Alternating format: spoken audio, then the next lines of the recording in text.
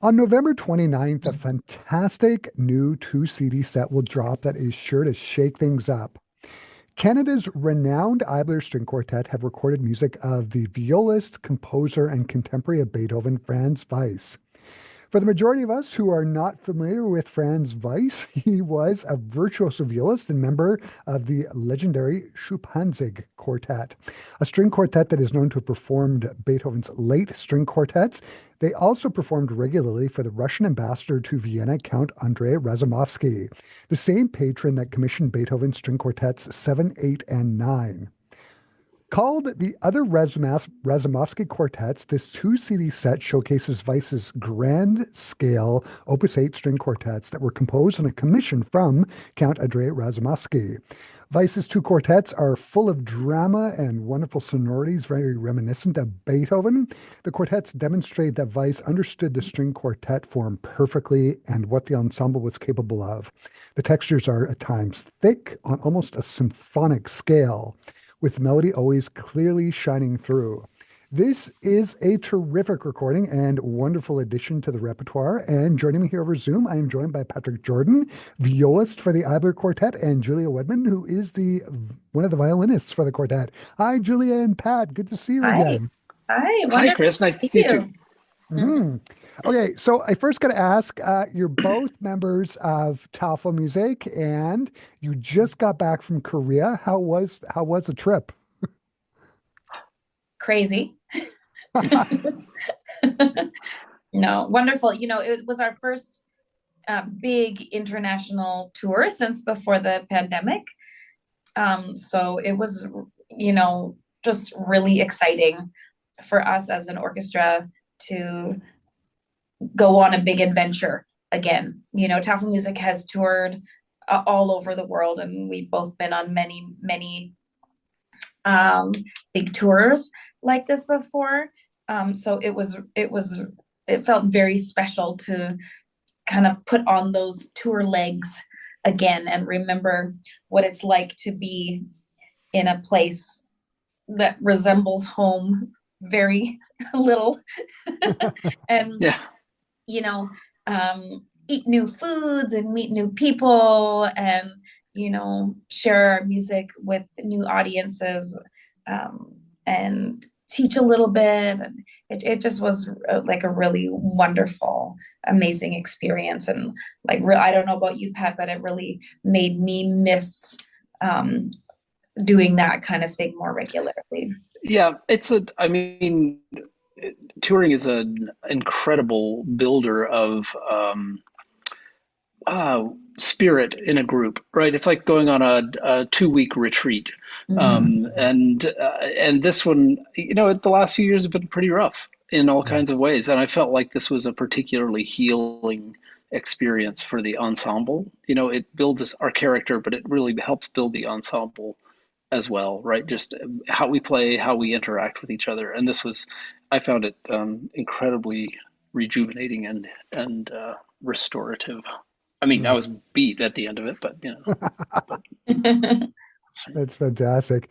I know I asked this the last time we spoke a number of years ago, but one of the things I love about the Eibler Quartet is that you record more obscure music written by contemporaries of Haydn, Mozart, and Beethoven very, very well. Can you talk about that as a mandate for the group, and why is it so important for the Eiblers? oh boy. Well, I think that there's first of all, the it's a challenge to this whole idea of the canon of music, right? And when you sort of decide that only Haydn, Mozart, and Beethoven were writing music between about 1770 and 1827, there is a whole world of expression and a whole world of voices that you miss, right? And so I guess for us, it's partly a challenge to that. It also helps us understand those composers in a different way. I think that's in a way, extremely valuable to us.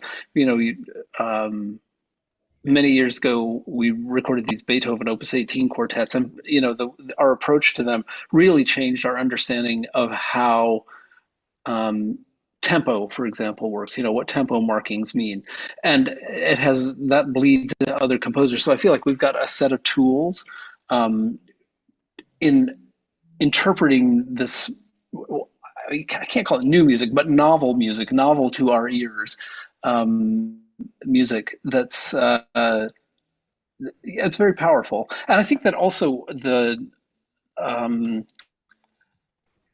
when you get to play something that nobody else has played, you're unshackled from the whole history of how this piece goes, right? So you get to make your own understanding. You know, you get to have a different approach to it, I guess. Yeah, absolutely. This latest recording is terrific. Pat, I know you've gone around and you've collected scores from some of these composers who are a little bit more off the beaten path. But can you talk about the project with Dr. Mark, help me out here, for Ferraguto from Pennsylvania State Farragut. University? And Yeah. how did this collaboration come about, and where and when were these quartets of Weiss discovered? So yeah, given our reputation for playing things off the beaten track, I get probably an email a month from how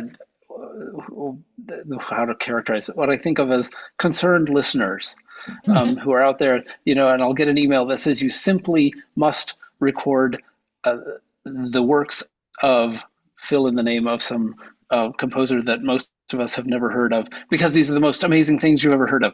And, you know, we often will actually take that seriously and read some of the music and whatever. A lot of times it's just like, you know, we already know that composer and we don't share your view about the wonderfulness of this particular composer. In this case, I got an email, a random email from a person whose name I knew. Mark wrote an extremely interesting book entitled 1806, and it's this year in Beethoven's life when he was commissioned to do the Razumovskys. He also got a new piano. Anyway, it's broken up into segments of Beethoven's life during that year. So I knew his name and knew that work. But he said, listen, I got this project. I'm doing a scholarly edition of these pieces, and I'm looking for somebody to give me a little bit of, he's a keyboard player and organist primarily, and so he was looking for some insight in just clarifying some things in the texts, and Franz Weiss, this is the guy. Well, I actually knew who Franz Weiss was, so I thought that was probably auspicious. I knew that he was the viola player, and I assumed that was the Franz Weiss. Frank White is not a particularly distinguished name, so it could have been anybody, but I was pretty sure that's who it was. And so I gave him sent him the usual email saying, well, okay, we'll take a look at this stuff, but no guarantees. You know, it's, you know, a recording that's an enormous investment of time and energy and treasure, frankly. And so I said, you know, I kind of prepared him for the worst news. And then we sat down and read them.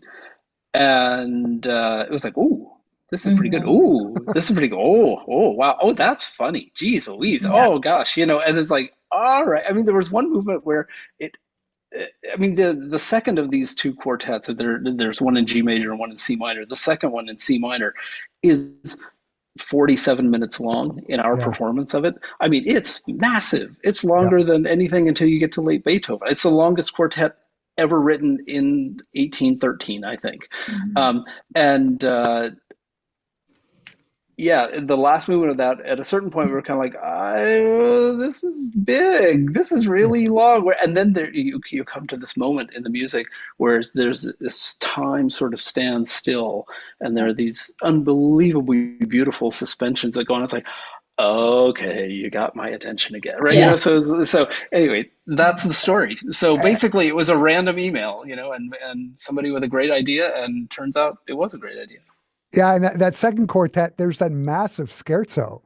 Yes, I think it's the third movement. Like, just amazing. Julia, what was your impression when you sat down to rehearse the quartets? Well, I think the biggest challenge for us in rehearsing them, and which was why Mark needed some help, is that they only exist in these first edition parts. and the parts themselves are incredibly inconsistent.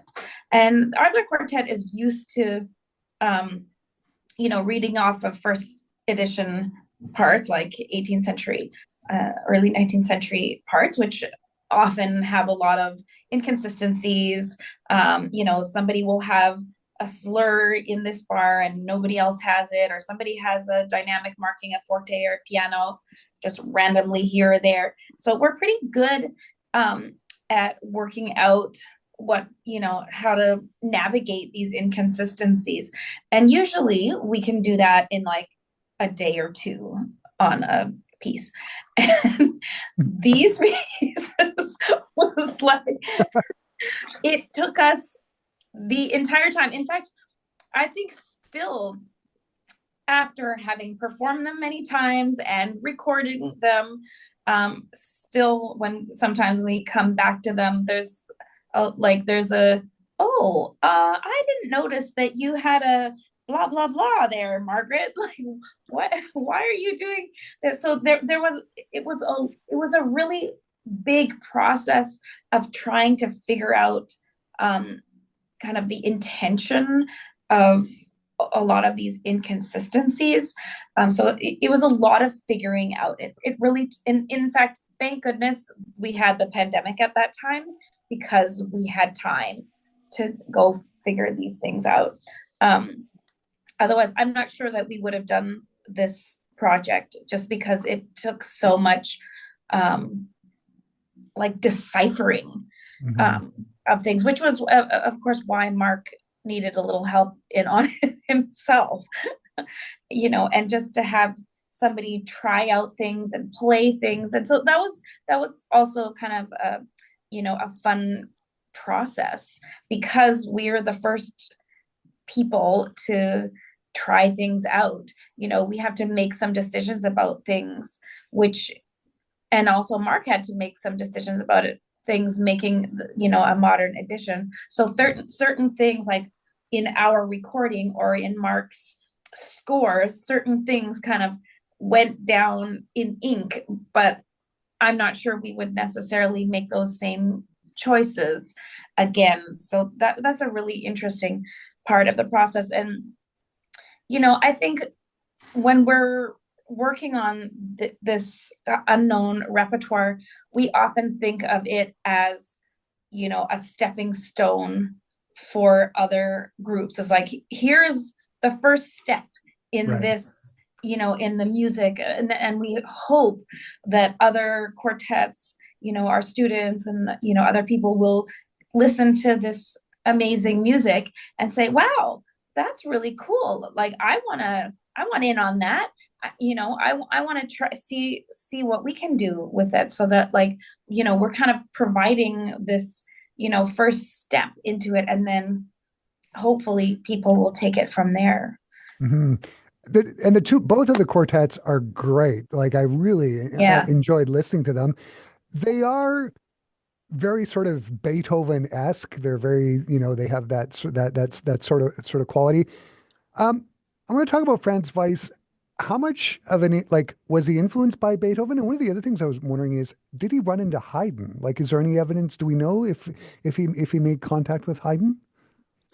That's an interesting question. I can't say for sure that he did. I mean, Haydn was around in Vienna for the years that when Weiss first got there, he was basically in Vienna. So I would be surprised if he didn't run into him in some respect. There's no evidence of him studying with Haydn. He did study composition with Emanuel Alois Forster, who was a very well-known composition teacher. He was also Razumovsky's teacher, Count Razumovsky's composition and theory teacher. I don't know of any evidence that directly connects Weiss with Haydn. In terms of the influence with Beethoven, for sure, that's a huge influence. I mean, they met at the court of Count Lichnowsky, who was the brother-in-law of Razumovsky, in the 1790s. So Beethoven and Weiss basically arrived in Vienna within a year or two of each other, and they remained, close friends and close collaborators for 30 years or so. So it's for sure there's an influence from Beethoven. These are not the first quartets that Weiss wrote. There's a set, Opus 1, 3 quartets that are quite Haydn-like, quite straightforward in a sense, not full of all the tricks and the drama that's in these Opus 8 quartets. And you can definitely see Beethoven's influence in that. My theory is that there's influence both ways, right? Because for example, there's a passage in the first of these in Opus 8 number 1 in the finale that is Beethoven pretty much lifted it in the movement of that Andante Scherzoso movement in Opus 130. There's a place that it sounds almost exactly the same. It's in B flat. I was like, come on. Yeah. But I mean, I mean, I say lifted it. What it means is that there's that sound in the air. Weiss wrote that 12 years before. Right. Yeah. So, Yeah. something that's in Beethoven's head, and it's too similar to be only coincidence, I think. So I think that relationship went both ways, frankly. And Weiss wrote the Opus 8 quartets for Count Razumovsky, just like Beethoven's Razumovsky quartets, as I said earlier, the 7th, 8th, and 9th. Do we know any of the historical background behind that commission, how that went down with Weiss and Razumovsky? I don't know. I mean, there's the Razumovsky ones, the Opus 59 of Beethoven. Beethoven got the request to put a Russian theme in each of the quartets, which he did, right? And I don't know. I don't have a lot of details. I don't think Mark Ferraguto does either about the specifics of it. Obviously, it was on Weiss's mind, the Beethoven quartets, because that was what, 5 years earlier, 6 years earlier. The dedication page on the front, the front page of the published edition is almost identical to Beethoven's. It has the crest of the Razumovsky family. The layout is almost identical. I mean, it's like a tribute in a way to Beethoven and to that set of other quartets. One of the things I got to say, and this is going to sound weird or geeky or whatever, but I have this fascination with this funny period of late Beethoven, and as you make the transition into Schubert and Mendelssohn, guys like Spohr, Kreutzer, all these Moscheles, all these guys. When it comes to the Weiss quartets, how do you both view them? Do you view them as transitional pieces into the Romantic period, Julia? I mean, yeah, I was glad that I was about to bring up the word Schubert, the name Schubert, as well, because I think one of the most exciting things for us about playing this music is that for us, it is kind of one of those like in between, his voice suddenly puts together so many of the different voices from that period. And, I think the composers that we know, like so well, like Beethoven or Schubert, Mendelssohn, even Mozart, Haydn, they have such unique voices. And sometimes it feels like they're just picking their style out of nowhere. To me, Beethoven and Schubert are worlds apart. But when you play Franz Weiss's music, you're like, oh, they're not worlds apart. They're one step apart, and that step is Weiss. So it's this it's like connective tissue in a way in between all these composers. Like I hear Mendelssohn in there, I hear Mozart in there, I hear Schubert in there, and I do hear like some of the Haydn's humor in there, which I think Beethoven has too. He can be very funny sometimes too. So I think that in a way was the exciting part for us, is like, oh, this is where all these voices are coming from, and here's somebody who's kind of involved with all the different things that are going on at that time. Yeah. And Yeah, I Pat, mean, how about you? well, yeah, I mean, I guess it several people, upon hearing these pieces for the first time, have said, wow, it's like Franz Weiss is Beethoven and Schubert's love child, except the chronology is wrong, right? Right. It's like Schubert is Beethoven and Weiss's love child, right? Yeah. But because of the musical canon, we think that Schubert's the only one that, the only one, right? So, and I like Julie's image of the connective tissue. I mean, I think that makes what it shows you. I mean, another image I've used, it's like a painting, and if all you ever see is the face of this person and the face of that person, and you don't see the barn, and you don't see the thing, you don't see the horse over there, and you don't see the three other people in the corner, and you don't see the guys playing cards at the table over there, then you don't see the whole picture, right? You just see these two faces. And this feels like it's, I guess that part of our mission is to show you the whole painting, The rest of the or to rest of show the you some more picture. parts of it, right? Hmm. Yeah, you show you the rest of the picture. And in terms of transition, I mean,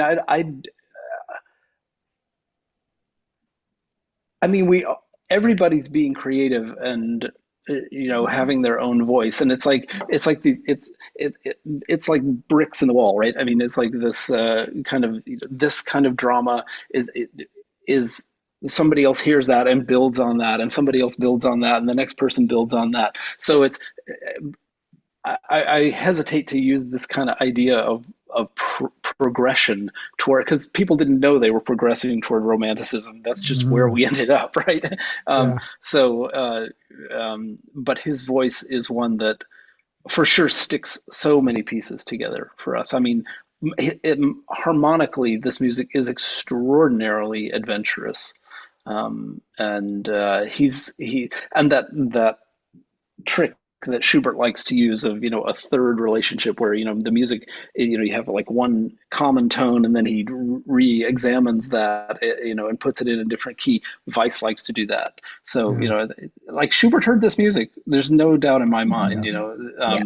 And anyway, Uh, yeah. it's fantastic. Um, Franz Weiss, he was a violist, and so it begs the question: how is the string writing? Pat, I'm going to start with you as a violist for the Eyblers. How is the viola writing? Franz Weiss is a really good viola player. He is way better than I am. No, it's interesting. When I wondered before we sat down to look at these pieces, like, would it be kind of showboat time for the viola? And it's really not. He gives himself the job that the viola often gets, which is to sort of keep things moving. When there's a Mhm. motoric figure, the viola is often a part of that. And so he didn't turn it into a kind of viola show off thing, although he very easily could have. The dude had to be really, really good at playing double stops, right? Where you have to play two notes at Yeah. once on two different strings, because it is stuffed with double stops, and not easy ones. And so Franz Weiss has made me better at double stops because I had to get that way. Yeah. No, but really, I mean, it's remarkable that.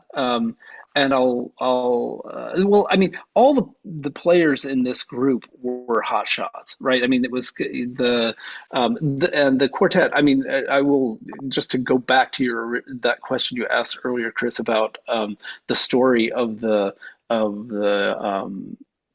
commission. They were the quartet in residence at the Razumovsky Palace, right? So they played every Friday they played concerts in the music room there, for the gentry and whoever Razumovsky wanted to invite. So I mean, and they lived in the palace, right? So like it was right there. But anyway, all the players were hotshots. There's some really style and cello playing that has to be done for these pieces. And I'll just hand over the violin part Yeah. to Julie and Inyas Schuppanzigh. So. Yeah, I mean the first violin part, like again, we were very lucky that there was a pandemic happening, so I had to have time to practice the first violin part because it is like a violin concerto. It's very, very difficult. That being said, it does what we say, it lies well. So it's idiomatic for the violin, but it is very difficult at the same time, and it is it's clear that Schuppanzigh was an incredible violinist, because you have to you gotta work at it. This part, it doesn't just play itself. But it's also very satisfying music to play. I think that's the other thing that we like a lot about it, is that when you put the work into it, it like you really are rewarded for the work that you do on it. I was reminded of once I was talking to Mark Ferragudo about why he thought these pieces were never, like, they were sort of probably maybe played once, published, and then kind of completely forgotten about. And I do think, like, one of the reasons that he brought up that is that they are incredibly difficult pieces to play. So there, a lot of the music at that time was being written for people to play in their living rooms, chamber music with friends. And like, this is not chamber music with friends music, really. No, this is professional ensemble music, and that's beginning to emerge in Vienna at that time, right? I mean, the whole emergence of a professional chamber music group is kind of a new thing in a way. And interesting also, in both the viola and not so much in the cello part, but in the viola and the first violin part, there are fingerings. Like they have put like Weiss put fingerings in, and there are a couple places where it's really helpful. Yeah. There are a couple of places where I didn't follow his advice, but mostly it's like, you come up to a part and it's like, I'm going to get in trouble. And then it's like, oh, there's a fingering here. Oh, yeah. Thank you. Thank you very much. Yes. Thank you very much, Mr. Schuppanzigh or Mr. Weiss or whoever. And that also points to that idea, Julie, about being it for professional, is like, it's not, don't try this at home, kids, kind of thing. Mark and I also speculate. I mean, our source for it is only, as Julie said earlier, these parts that were published by Steiner in 1814. But that poses another question, which is, what was the engraver working from? And Mark's the hypothesis is that they were actually working from the parts off of which the quartet played. So those fingerings may very well be Schuppanzigh's fingerings as much as Weiss's. I don't know for sure. That would be basically impossible to determine without knowing what the actual source was. But that also could explain some of the inconsistencies in the parts, because sometimes if you look at the Eybler Quartet parts, sometimes people have different dynamics written in their part because I have to play something really loud in order to balance everybody else. And sometimes you write that in because somebody's like, can you play louder there? And you've been asked to do that 3 times. You're like, fine, fortissimo, right? But so it may very well be that some of those inconsistencies also come from the specific personalities of the players that played off of those parts. Right. So. Right. The 2 quartets are numbered Opus 8, which sounds like a low opus number. Pat, you talked about it earlier. He did write some earlier string quartets. Did he write anything else? Yeah, he wrote a couple of operas. I will be hard pressed to give you the exact names. Amphion, the pupil of the Muses, is one of them. I can't remember the other, sorry. Those are from 1807, 1808, thereabouts. Most of the numbered opus are chamber music. There's capriccio and variations for flute and keyboard, I believe. I think that's the only piece by Franz Weiss that has been recorded before these quartets. He, after the Opus 8 quartets, wrote three more very substantial quartets, Opus 9, 10, and 12, as I recall. So yeah, I mean, so it's mostly his output is chamber music. I think he had ambitions to write for the theater. That's where the real money was, right? Yeah, right. But I think his work with the quartet and their residency at the Razumovsky Palace kind of sidetracked him from that interest. Amazing. Oh, this has just been so wonderful talking to you both again. I also understand that 2024 is the 20th anniversary of the Eybler Quartet. A big congratulations. Thank you. Can you talk about a couple of the special performances you have of Haydn quartets coming up in the middle of the month? You want to just give those a plug? Yeah. Absolutely, yeah. I mean, we decided for our 20th anniversary, there's this sort of landmark group of quartets by Haydn, Opus 20. So 20 for 20, which is a complete ripoff of the Kronos Quartet 50 for 50. But there you go. Yeah, so we'll be performing all the Opus 20 quartets this season in various configurations, and the first installment of them will be playing in Ontario. The Opus 20 number 1, 2, and 3. And then in January, we'll be doing 4, 5, and 6, sort of in various locations around Ontario. Not coming out to Winnipeg anytime in the immediate future, sorry to say. Bummer. Yeah, also it turns out that we've basically programmed all of the Mozart quartets that were dedicated to Haydn. So that's also a highlight coming up this year. Nice. And then, of course, at the end of the month, there's going to be a couple of performances to celebrate the dropping of the CD when it comes out on the 29th, right? That's right. That's exactly right. Yeah, we'll have a concert in Toronto on the 29th, and Dr. Mark Ferraguto will be there to help introduce the pieces, and we'll probably have a little Q&A with the quartet and him, answering some of the similar kinds of questions to what you're asking, and have his perspective on that too. And then on the 30th, we'll be doing another event in the Niagara region.